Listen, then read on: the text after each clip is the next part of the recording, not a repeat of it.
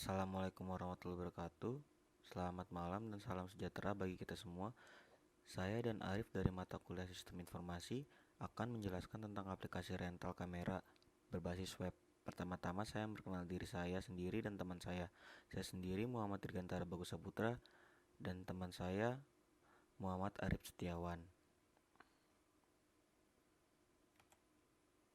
Pertama kita akan menjelaskan mengapa kami mengambil tema ini. Mengapa kita mengambil tema ini?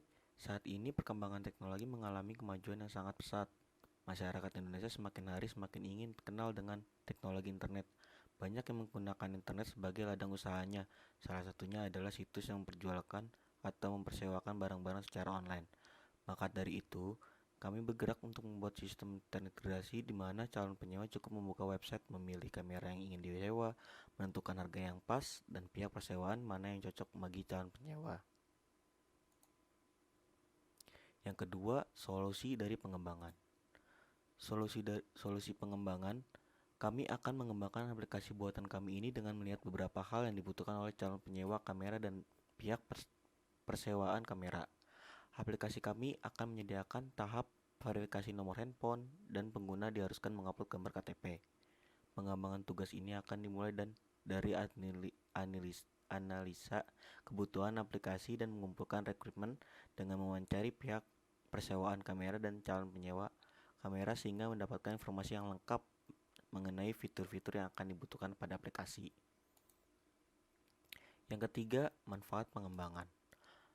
Manfaat pengembangan, tujuan pembuatan aplikasi ini diantara lain. Yang pertama, membantu calon penyewa kamera menemukan pihak persewaan yang tepat. Kedua, membantu pihak persewaan kamera mendapatkan orang-orang yang akan menyewa kamera.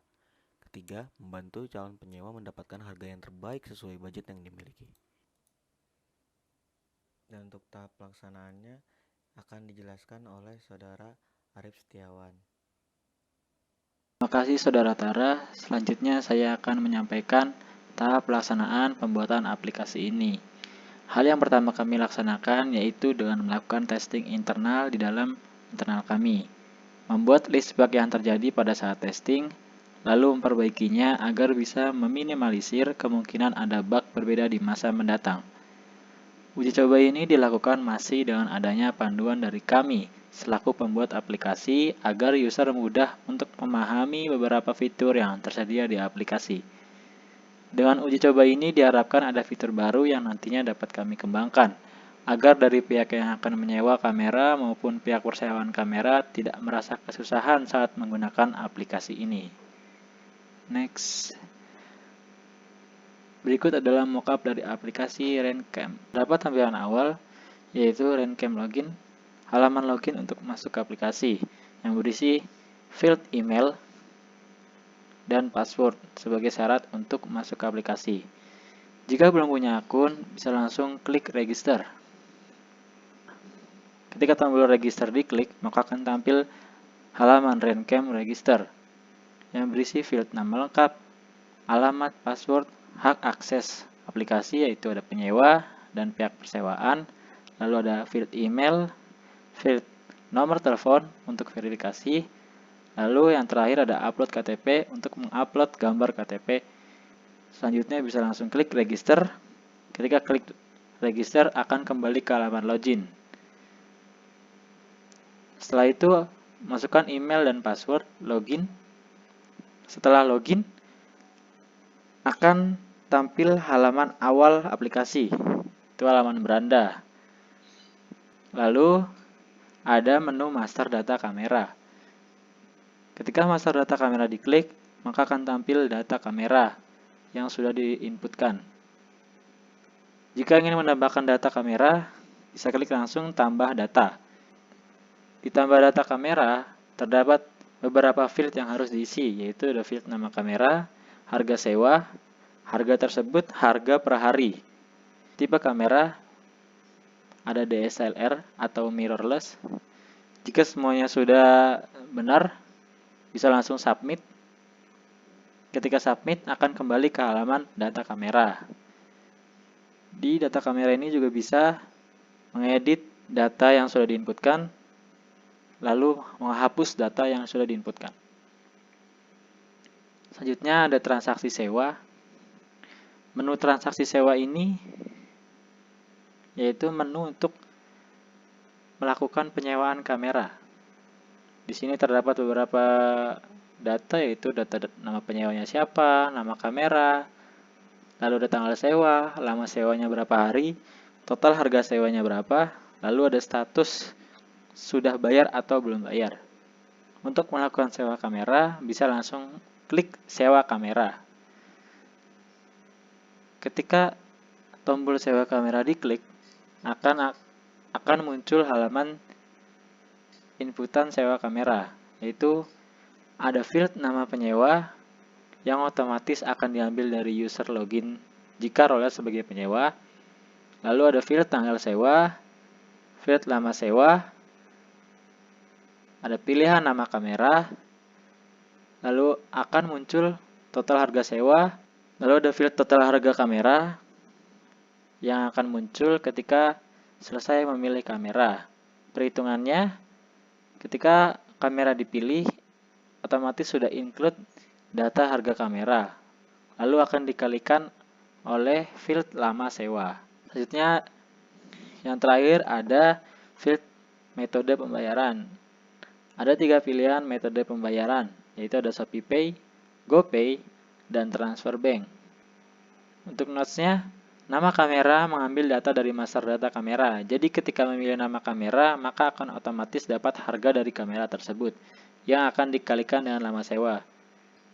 Lalu ketika semua datanya sudah benar, sudah yakin benar, maka bisa langsung melakukan submit. Ketika disubmit akan kembali lagi ke halaman transaksi sewa. Ketika data sewa kamera sudah dirasa benar, maka bisa melakukan submit. Lalu akan kembali ke halaman transaksi sewa. Di sini terdapat action view yang jika diklik akan menampilkan halaman invoice yang berisi data order ID, tanggal, status penyewaan, nominal transfer, tanggal expired, data transfer bank, meliputi nomor rekening, nama rekening, dan total pembayarannya berapa. Catatannya, menunggu pembayaran sebesar 400.000, mohon transfer sesuai nominal. Jadi, jika status penyewaannya sukses, maka akan tampil catatan menunggu pembayaran sebesar 400.000. Selanjutnya ada menu transaksi pengembalian, yang jika diklik akan muncul data pengembalian, yang meliputi nama penyewa, nama kamera yang disewa, tanggal sewa, tanggal kembali, lalu statusnya, ada belum kembali atau sudah kembali, dan ada action detail. Data pengembalian ini sama seperti data penyewaan. Bedanya hanya pada tanggal pengembalian. Untuk menginputkan tanggal pengembalian, bisa langsung klik detail.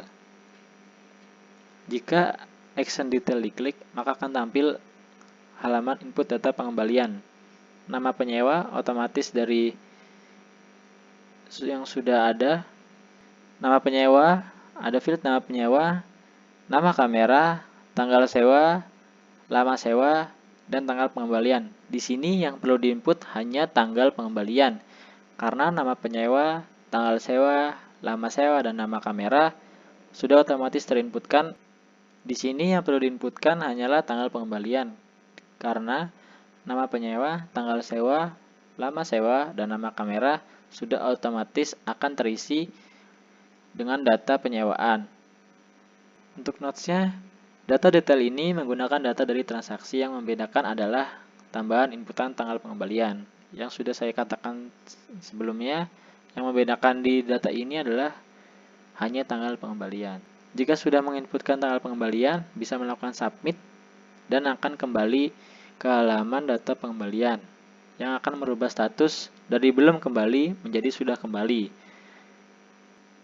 Yang terakhir ada daftar pustaka. Terima kasih Saudara Muhammad Arif Setiawan. Sekian presentasi dari kelompok kami. Atas perhatian dan waktunya kami ucapkan terima kasih. Wassalamualaikum warahmatullahi wabarakatuh.